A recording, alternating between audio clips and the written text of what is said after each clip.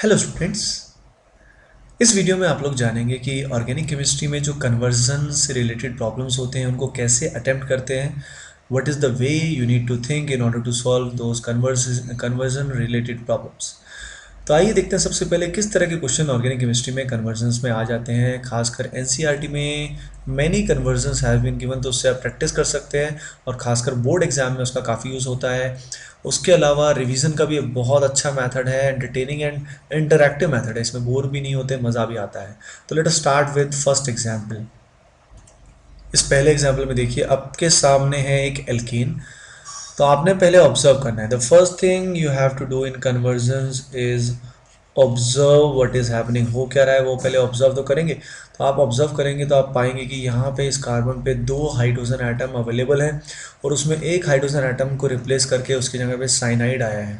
सबसे पहले आप सोचेंगे क्या कोई ऐसी डायरेक्ट रिएक्शन है जिसमें एच हट के सी एन आ सकता है। तो ऐसी कोई रिएक्शन नहीं होती जिसमें डायरेक्टली एच हटा के हम सी एन को सब्स्टिट्यूट कर सकें। तो हमें कोई ऑल्टरनेट मेथड यूज़ करना पड़ेगा जिसमें multiple reactions will be involve. तो हमको पता लग गया कि यहाँ पे मल्टीपल रिएक्शंस आने वाली हैं। अब मल्टीपल रिएक्शंस में पहले कौन सी रिएक्शन आएगी, दूसरी कौन सी आएगी, इसमें बड़ा डाउट क्रिएट होता है। तो आप ऐसा कुछ सोचिए। आप सबसे पहले बैकवर्ड जाइए, यानी the main method you have to use is going backward. You have to move backward not forward. अब देखिए सी एन को लाने के लिए अगर यहाँ पे सी एल होता, पहले सी एन से पहले सी एल होता तो सी एन लाना आसान होता, क्योंकि C L is a good leaving group. तो अगर यहाँ पे सी एल होता तो हम के सी एन का यूज़ करके, पोटेशियम साइनाइड का यूज़ करके सी एन को ला सकते थे। फिर हम सोचेंगे अच्छा ये हम कर सकते, तो सी एल को कैसे लाएं। तो सी एल को लाने के लिए हम क्या करेंगे, फोटो हेलोजिनेशन करेंगे। तो हम रिवर्स गए, हमने सोचा कि सी एन को लगाने के लिए हमें एक लिविंग ग्रुप चाहिए, यानी हेलोजन चाहिए। फिर हेलोजन लगाने के लिए हम क्या करेंगे, फोटो हेलोजिनेशन करेंगे। तो सबसे पहले हमने यहाँ पे Cl2H का यूज़ किया। Cl2H से क्या होगा, यहाँ पे इस बीच वाले कार्बन पे क्लोरीन आ जाएगा। यहाँ ब्रोमीन का भी यूज़ कर सकते हैं, क्यों, तो कन्वर्जन्स के there can be many methods. Okay. Second, अब Cl को हटा के Cn लगाने का जो मेथड होता है उसमें हम KCN, पोटेशियम साइनाइड का यूज़ करते हैं in the presence of solvent, particular solvent. तो KCN क्या करेगा, Cn नेगेटिव यहाँ अटैक करेगा जो Cl को रिप्लेस कर देगा वाया SN2 मैकेनिज्म। तो आपने देखा कि कैसे हम सबसे पहले ऑब्जर्व करते हैं और फिर देखते हैं कि कैसे हमें बैकवर्ड जाना है और पॉसिबिलिटीज़ को एक्सप्लोर करते हैं। आइए देखते हैं अगले कन्वर्जन को। अगले कन्वर्जन में कुछ ऐसा ऐसा ही है, इसमें यहाँ पे H हट के COOH आ रहा है। तो आपको सबसे पहले कुछ सोचना है कि COH, देखिए डायरेक्टली इस कार्बन पे लगाने का कोई मेथड नहीं है। तो आप पहले सोचेंगे COH कैसे लगा सकते हैं। तो COH लगाने के कई तरीके हो सकते हैं, या तो हम ऑक्सीडेशन कर सकते हैं। एक मेथड होता है साइनाइड का अगर हम हाइड्रोलिसिस करें, एसिडिक हाइड्रोलिसिस, तो CN will get converted to COOH। So obviously आपको रिएक्शंस तो याद होनी चाहिए, उसके बिना तो कन्वर्जन्स करने का आप सोच ही नहीं सकते। तो ये तो मैंने एज्यूम किया कि आपको रिएक्शंस थोड़ी आती हैं, तभी आप इनको अटेम्प्ट कर सकते हैं। CN कैसे लगाते हैं उसके मेथड मैंने पिछले केस में डिस्कस किया। हम CN से पहले यहाँ Cl लगा सकते हैं। तो सबसे पहले हम यहाँ पे यूज़ करेंगे Cl2H, यानी फोटो हेलोजिनेशन करेंगे। फोटो हेलोजिनेशन करने के बाद हम CN लगाने के लिए यूज़ करेंगे KCN का, पोटेशियम साइनाइड का, और फाइनली हम एसिडिक हाइड्रोलिसिस करेंगे जिसमें CN will get converted to COOH। आइए देखते हैं थर्ड एग्जाम्पल। इस थर्ड एग्जाम्पल में आपको कन्वर्जन करना है nitrobenzene to, this is nitrobenzene, और आपको इस नाइट्रोबेंजीन को कन्वर्ट करना है नॉर्मल बेंजीन में।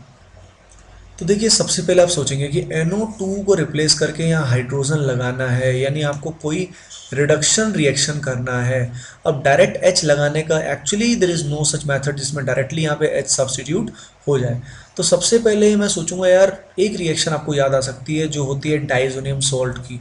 डाइजोनियम सॉल्ट में क्या होता है, this is benzene diazonium chloride. अगर बेंजीन डाइजोनियम क्लोराइड के अंदर अपन क्या करते हैं, H3PO2 डालते हैं, तो ऐसे केस में N2 विल बी रिमूव्ड और उसकी जगह पे H रिप्लेस हो जाता है। तो अब ये डाइजोनियम किससे बनता है, तो आप ऐसा सोच सकते हैं कि diazonium can be formed from 1 degree amine, यानी NH2 अगर यहाँ हो तो डाइजोनियम बन सकता है। तो फाइनली हम बस इस बात से पहुंच गए हैं कि NO2 से NH2 कैसे बना है।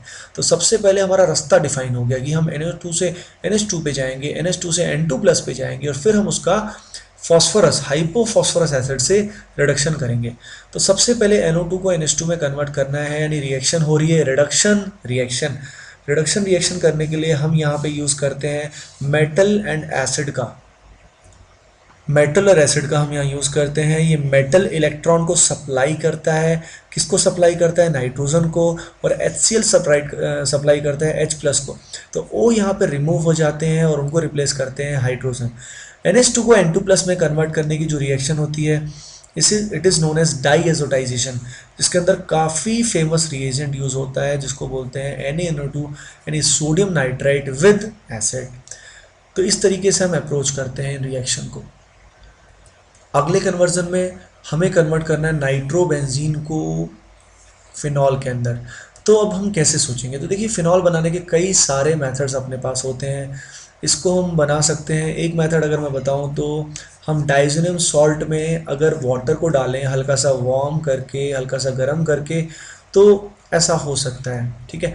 लेकिन अगर इसमें N2+ आपको कन्वर्ट करना है तो डायरेक्टली NO2 से N2+ नहीं बनेगा, हमें बनाना पड़ेगा पहले NH2, हमें चाहिए होगा NH2, और ये प्रोसेस हमें ऑलरेडी आता है।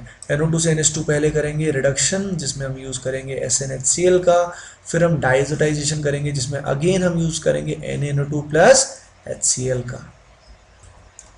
आइए देखते हैं इस कन्वर्जन को। इस कन्वर्जन में हमारे पास है बेंजीन रिंग और हमें कन्वर्ट करना है बेंजीन को कुछ इस कंपाउंड में। इस कंपाउंड में अगर आप ध्यान दें तो यहाँ पे ये जो ग्रुप लगा है दिस इज एसिटाइल ग्रुप, और ये जो ग्रुप लगा है दिस इज NO2 यानी नाइट्रो ग्रुप। तो इससे प्रूव होता है कि हमें दो रिएक्शंस का यहाँ पे यूज़ करना पड़ेगा, एक हमें यूज़ करना पड़ेगा फ्रिडल-क्राफ्ट असाइलेशन का और एक हमें यूज़ करना पड़ेगा नाइट्रेशन का।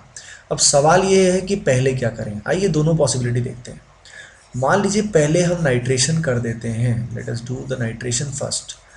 नाइट्रेशन अगर पहले करेंगे तो नाइट्रेशन में हम यूज़ करते हैं मिक्स एसिड यानी concentrated HNO3 with H2SO4 at high temperature.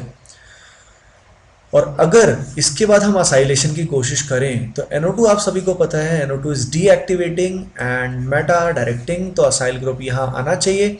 पर आपको शायद याद हो अगर हमने नाइट्रेशन कर दिया रिंग डीएक्टिवेट हो गई, तो ऐसे केस में Friedel Crafts acylation will not take place, reaction होगी ही नहीं।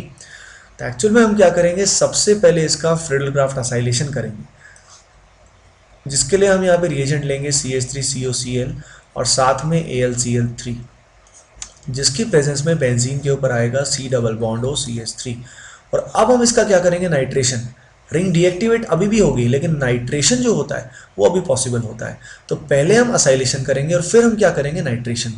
तो हमेशा स्ट्रेटेजी आपको बनानी होती है। तो guys let us revise what we have learned so far. तो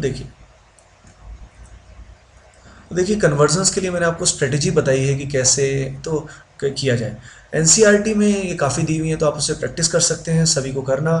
रिवीजन करने के लिए भी बहुत अच्छा तरीका है, इससे आपका दिमाग अच्छे से चलता है, इट इज़ वेरी इंटरैक्टिव। तो इसमें मेन 2-3 बातों का ध्यान रखना है। सबसे पहले यू नीड टू ऑब्जर्व कि हो क्या रहा है, what is happening in this case.